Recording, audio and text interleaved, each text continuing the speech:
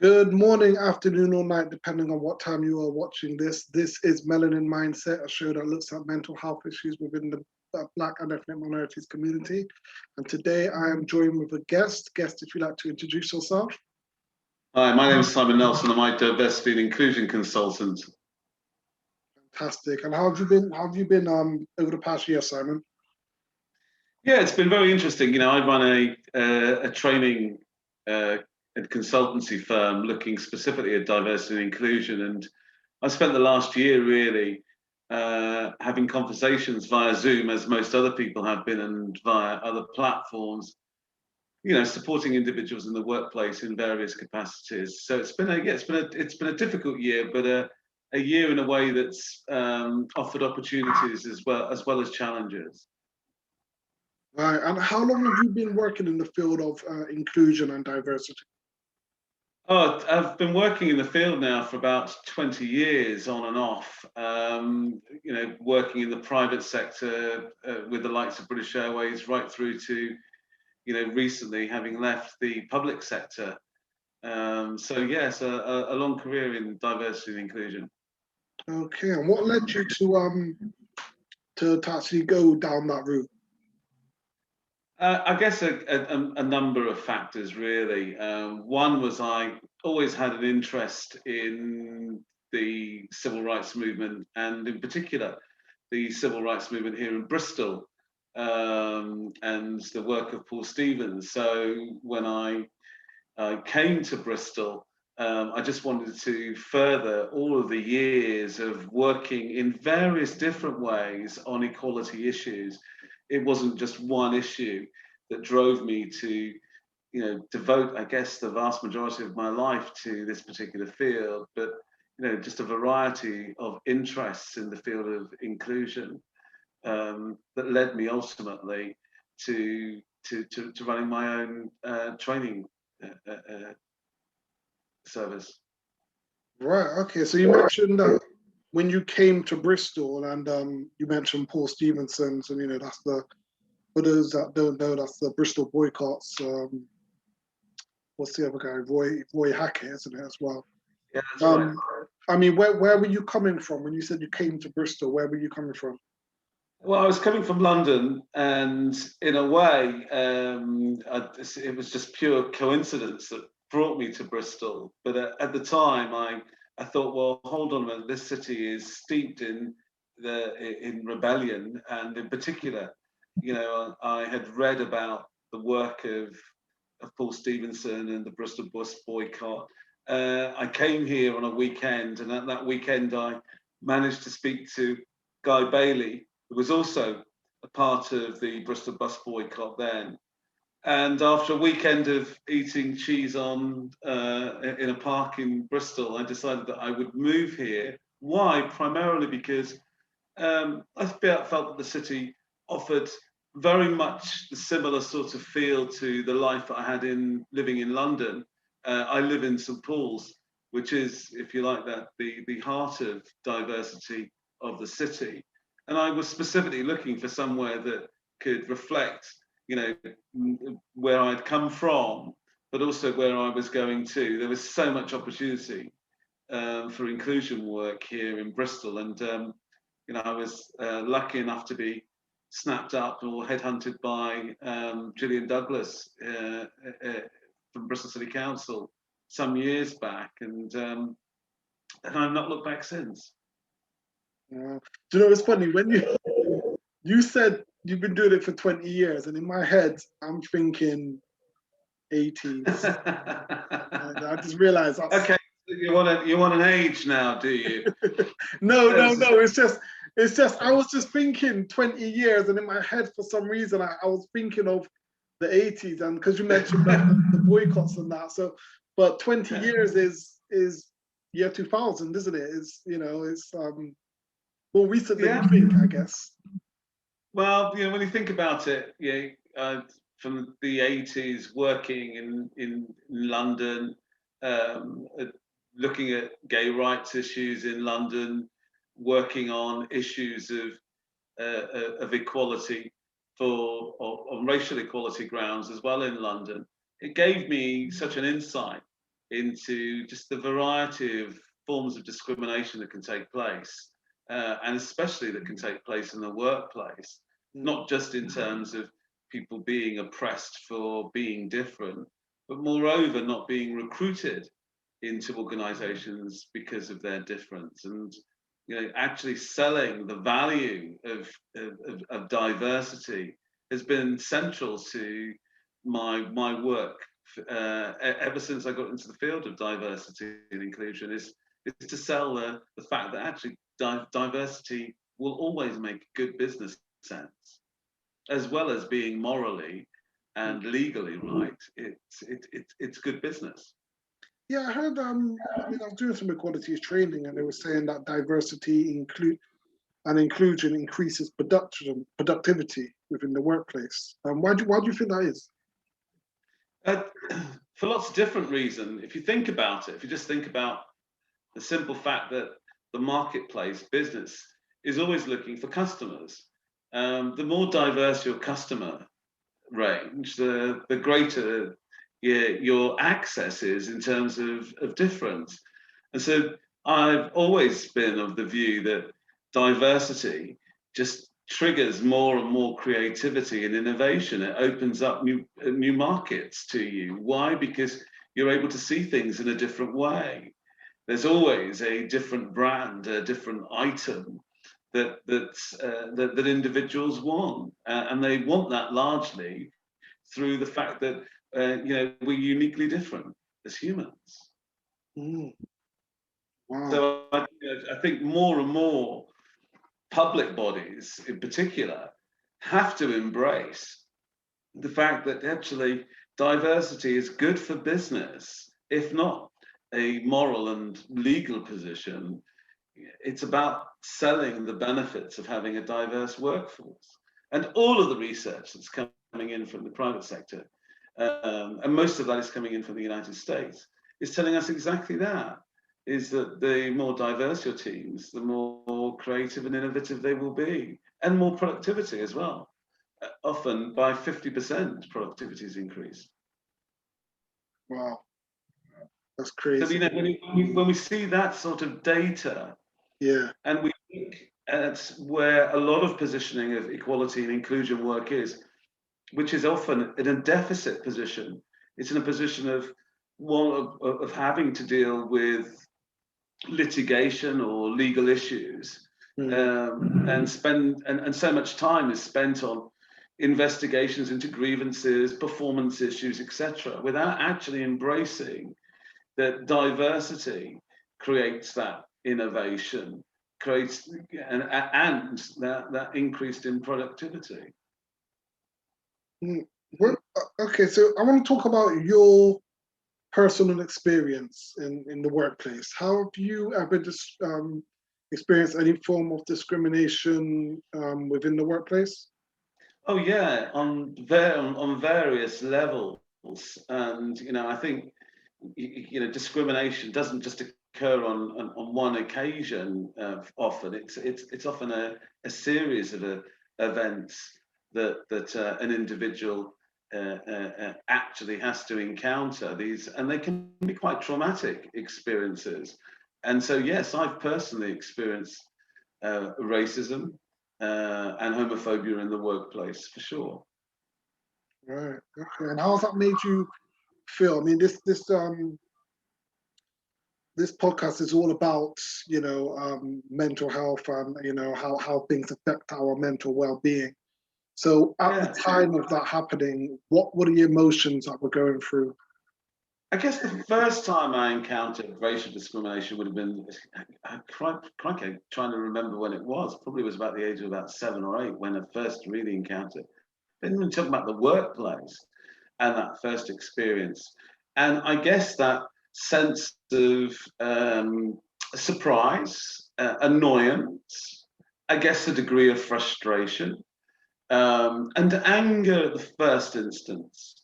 Of course, I now train people on how to manage discrimination, microaggressions as they may occur in the workplace.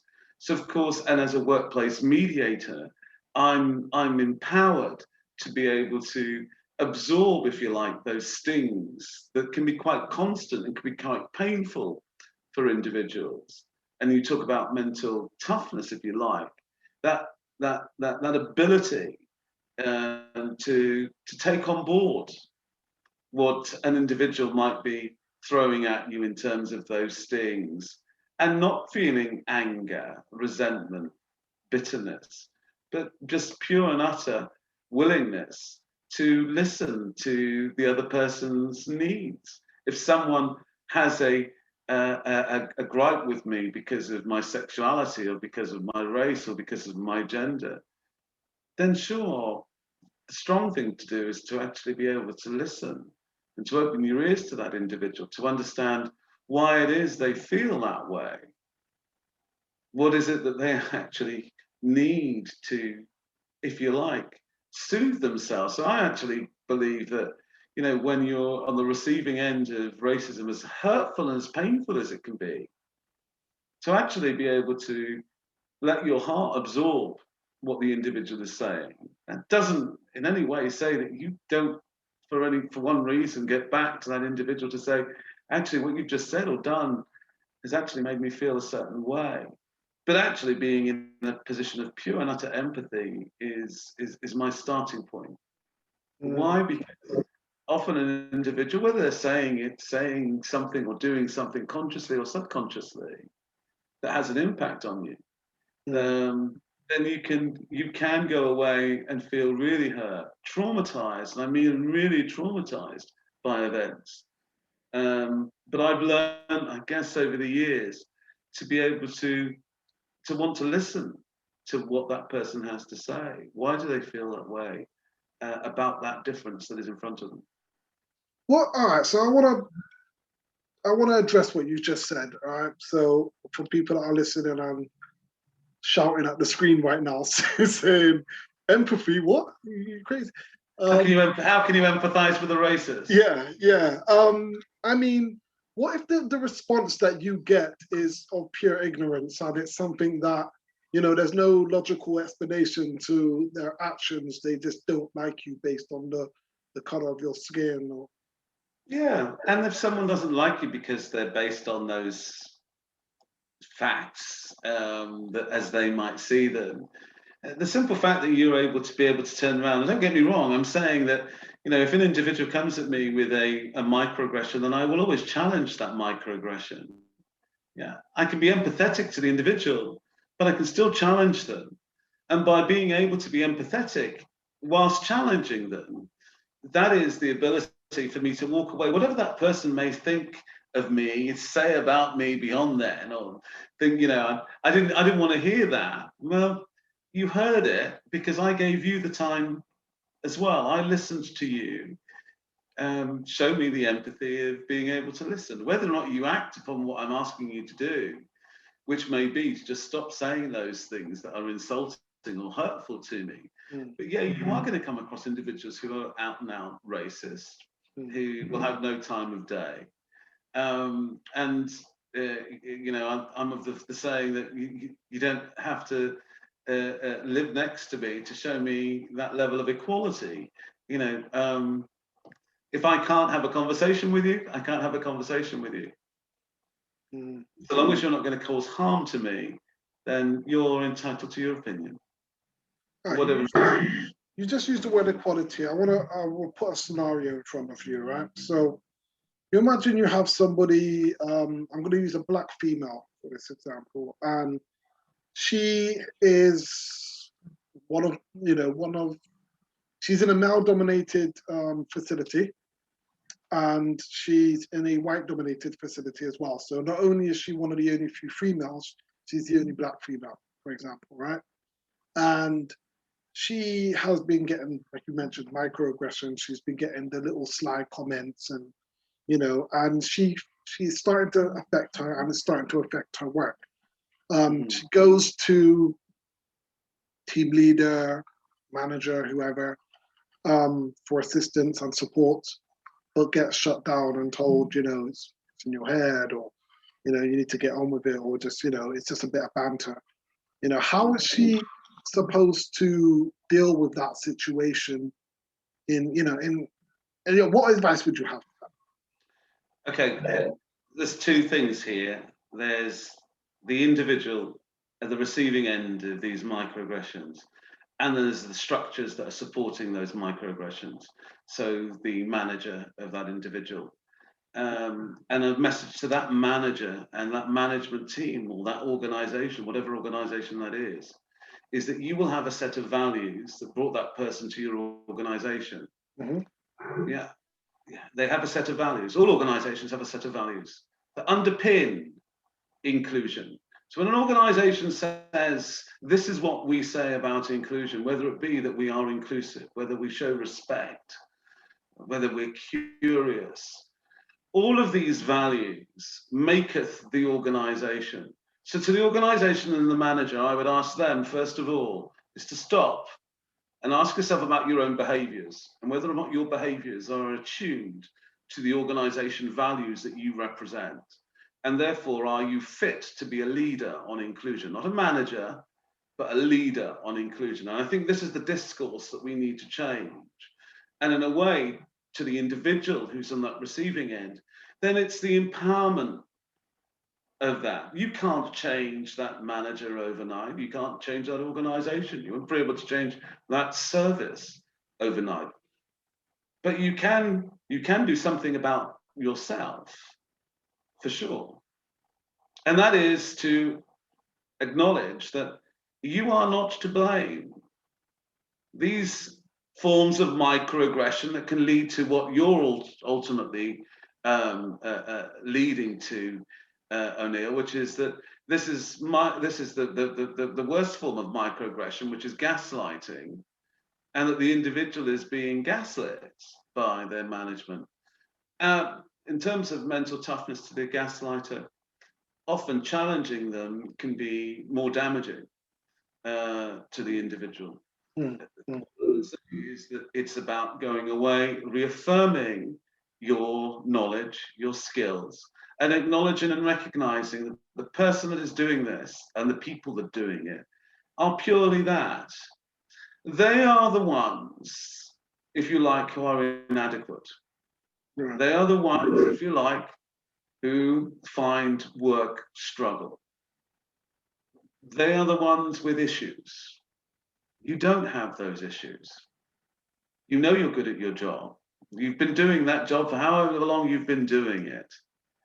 The fact that someone is giving you these microaggressions, and as I say, it may lead to the worst form of microaggression, which, as I say, is gaslighting, when the individual is using psychological power, if you like, to keep someone down. And there isn't, unfortunately, a great deal that the individual can do, other than, as I say, empower themselves to acknowledge that it is not them. It is not them. It is others that are doing this to them. And as I say, challenge could be one thing, challenging the individual and challenging all the individual's concern, but that often can lead to a destructive line of thought and outcomes. But really, it is empowering yourself to acknowledge that, hold on, why am I thinking this way about something that I've always been able to do? It isn't you that is at fault. The fault lies in the way in which that leader, that manager, is managing, and more importantly, how and what fuel that gaslighter is get. Every gaslighter needs their gaslight to be filled with kerosene, and that often comes from other structures. It's acknowledging that is what's the issue here, not you as an individual. Okay, so I want to talk about tolerance and resilience, right? So, as you just mentioned, understanding it's not you, you're not the one at fault here. But what can that person do when they're in a position where, their tolerance is wearing very thin and it's affecting their mental health, to the point that, like I said, even when they go home, they're thinking about it. and they're second guessing whether they should even go to work. I mean, is it a situation where they should leave that company? Is Well, ultimately, if it is so damaging to the individual, your well-being is everything to you as a human being. Yeah, and don't think that your skills and your skill sets aren't valued elsewhere. And that is the key here, is that often the gaslight and the sort of behavior is deliberate in an attempt to get you to question your knowledge, your skill sets, whether or not it's worth turning up to work. The organisation you're working for, if they're not valuing that difference, then another organisation will value that difference at their expense, of course. And what do you mean by that, at their expense? What does that mean? Well, if the attitude of an organisation is to not value that individual and to gaslight them, then because of their difference, then they're not seeing the first thing that I told you about, which is the value of difference in terms of a business model, that diversity is a strength, and the workplace is a workplace of acceptance, not tolerance. We accept everyone. Being tolerant of someone suggests that there is a higher power. Actually, no, within everyone, it's about being accepted for that different, whatever that difference is, and there'll be lots of differences. And it's getting that manager and that management to accept and acknowledge that that difference that that person brings is quality, is skill, is innovation. At your expense, let that go. You're going to have to go through that whole recruitment process again to try and find a candidate with those skills, that knowledge. And that's about your behaviors, whether you value that individual, whether you accept that individual, and how you support that individual throughout their life cycle in your employment. Most people will join an organization based around their values. And those values of inclusion are around that you are accepted for your difference, that you're valued for that difference, and that throughout your time in that employment, that you are supported.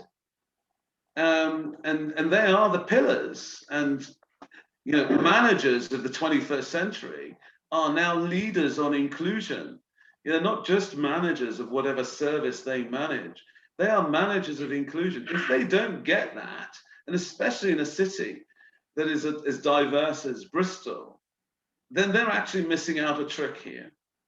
And their management structures above them should be asking some serious questions about actually what good is coming from the behaviors of some of our managers if this is one of the outcomes, that an individual feels that they're being gaslit or constantly getting microaggressions in the workplace.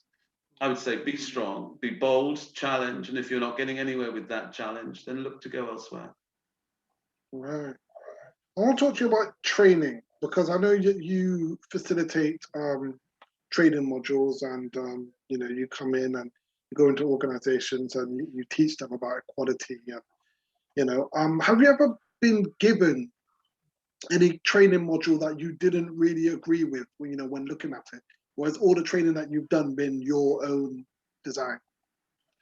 Oh, no, of course I've attended training modules myself where I thought the content of this course perhaps it isn't suited for what it said it was going to try to do. And I'm pretty sure that some people may say the same thing about coming onto one of my courses in terms of outcomes. I always say that training, whatever training you're receiving, training is an opportunity. It's not the be all and end all. It's often just the starting point that allows you to ask questions about, well, what I thought this would be, it isn't, or it's more than I expected in terms of training. And that's why I think it's really clear at the start, as a trainer, as a facilitator, you're making it quite clear on what you're going to get over the next 3 hours, 4 hours, however long the training course is. and for that training to be tailored as best as it can be to the target audience. You know, having worked in the private sector, in the voluntary and public sectors, there are different audiences. The messages can be the same, they just need to be delivered in a different way. But at the heart of all organizations is inclusion. You know, whether they be a large blue chip organization or a small, medium-sized business, no organization can ignore inclusion, because actually inclusion is about humans, and humans are the heart of your business. I mean, you just mentioned like large and small organizations. Have you ever gone into an organization where you felt intimidated and you felt nervous about delivering that training? No. Intimidating isn't necessarily the word. I accept and acknowledge that some people on training courses on inclusion will be disruptive. They will come in with a different agenda. There will be racist, there'll be sexist, there'll be homophobes, there'll be Islamophobes, there'll be every type inside a training room. And as a facilitator, you know, what you're trying to do is, often in my training courses, is to get people to understand that their differences are actually their strengths. You know, we are not the same, we are unique, but that takes time, getting to know each other and getting to know why someone feels that way or has that opinion towards difference. And often you find that when you start a facilitated discussion around that, it's because people haven't largely met. You know, we say we live in a diverse city, but often we are quite divided, even in terms of work and those workspaces. We don't mingle enough, if you like, and talk about difference. And often the training room, and in the virtual training room, as often I am the only black face in a training room, and I can be the only black face in a training room. I understand how intimidating that can be for some, but actually, for me, it's about understanding that whilst I might have an all-white audience, I know that they are uniquely different in this room, and it's about getting people to understand that is that they may see difference in front of them in terms of the facilitator, but actually they are all uniquely different in the room anyway, and that is the strength. That's the strength. Okay, wrapping it up now. Telling me I've got 10 minutes left. Have you ever been challenged on, you know, on within your training and within your skill sets, you know, on what you do? Yeah, a lot of the time, and rightfully so. You should be. You should be open to being challenged in whatever way that might come. But yeah, and you should be open to it in a constructive way. Someone starting off by saying that's a load of crap, or isn't necessarily a constructive way of giving me feedback to a course. What is important is actually being able to stop and take that time out, and that is where you're actually having to factor in time for training, is that you need time and space for the individuals to give their feedback, whatever that feedback might be. And that feedback might be really quite negative. Mm. But understanding that ultimately, yeah, you're a facilitator, you should be open to that. And have you ever had anyone refuse your services? I've had an individual storm out of a training session before. Really? Talk to me about that. I want to hear that story. Well, this individual just stormed out of a training session. They purely because I had challenged them, and they took umbrage. And it was interesting because I was actually going in talking about how to challenge, but this. And I had to demonstrate the approach before we even got to talking about the techniques. And as a result of that, and you know, and that's the key. That's the key to the start of training sessions for me, is actually getting that buy-in from everyone. That, you know, I don't like the term ground rules, but when you're talking about effective practice, that you're making it clear to everyone that, you know, there are expected behaviours in any training session, in any situation. There are expected behaviours, and so therefore, you know, if an individual cannot accept that, you know, you've agreed at the beginning of this training session that should I need to challenge you because of behaviours, then I'll be challenging them. Don't get upset when I challenge you. Mm. This individual did get upset when I challenged them on their behaviour. I mean, did they state what? I mean, what was the actual? Can you say what their issue was with your training? I don't think it was necessarily an issue with the training content, although there were issues with the training content, the message. I think the messenger was the problem. Right. Oh, okay. So they didn't like the fact that it was you delivering this. Okay. Yeah. Right. And they had tried to undermine, dismantle the course anyway. They'd gone in with an approach, a tactic, but I just came back to the beginning of the training session, which was that, you know, you gave me permission at the start of this training session. You invited me here to train you, and to train you on challenging in a constructive way, and that's exactly what I've done with you. The fact that, you know, perhaps you're not used to being challenged is what you need to now go away and think about. But ultimately, you know, don't come on a course on plumbing and not expect to do some work on water, is what I would say. And they're, you know, trainers of all sorts are challenged in different ways, but yeah, that's perhaps the only occasion really where anyone has ever walked out of a training course, and I'm talking of literally thousands and thousands of individuals, and many of whom will give me their opinions for sure, but will never show their frustration and their anger, not just at the message, as I say, which is, if you like, was still a message of inclusion for them, but moreover, that they didn't like the messenger. The messenger was the issue, more so than the message. And how often do you get feedback from that? If you go to do like a session, you know, do you get like the team leader come back to you and give you positive feedback? And, you know, how do you use that? Well, I'd always, at the end of a training session, give an evaluation form to the team. Most of my training is to teams and to team managers, senior leaders. They'll always have that opportunity to feed back or give their judgment, if you like, at the end of a training session. And that judgment, that feedback is crucial to me as a trainer, yeah, whether it be content-wise, whether it be the amount of breaks, whether it be knowledge, whatever that may be, that's still valuable to me, and it should be valuable to anyone in any profession, really. It's being able to acknowledge and accept that, you know, you're not perfect. We're not perfect. You're always learning. We're constantly learning.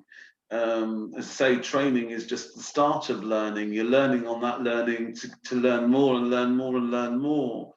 And ultimately, that's what you're open to. So yes, I'm evaluation forms and feedback even during the session is crucial. And especially how people are feeling about being in the room, whether it be in a virtual room or a physical setting. You know, it's really crucial to make people feel that they're in a safe place for people to have an honest conversation, but an honest conversation they will have. And that can be the challenge, you know, that you're actually sitting down in front of someone and saying, you know, let's have a heart to heart. And I'm leaving myself vulnerable. And often that's one of the real challenges, is being able to accept that you have to leave yourself vulnerable. Wow. On lots of occasions. Well, thank you very much, Simon, for your insight today. I just want to ask, finally, do you have a website or any sort of social media thing where people could get in contact with you to book you or anything like that? You can go look on my website, which is Same Difference. So it's www.samedifference.org.uk, and just get an idea of some of the training that's on offer and some of the testimonials that have come in from some of the organisations, as I say, from a variety of organisations across different sectors, for a feel of the training, because that's the crucial element of it. Is people coming away, not necessarily remember everything that you said and did, but as Maya Angelou says, people coming away thinking to themselves, you know what, I spent 3 hours in a safe place. I may have gone in there thinking to myself, oh crikey, I'm not going to be able to say a single word, but then just putting people at ease to be able to have that honest conversation. You can move some people a long way in a short space of time. Some people you won't move, but eventually you may move them slightly over time. So yeah, please go onto the website, Same Difference. Brilliant. I'll put a link to the website in the description below. Fantastic. Okay, well, Great Simon, it's been great speaking to you. I wish you all the best in the future. And thank you very much for coming on the show. So to all that's been watching, this has been Melanin Mindset. Good morning, good afternoon, or good night. Peace. Peace. Bye.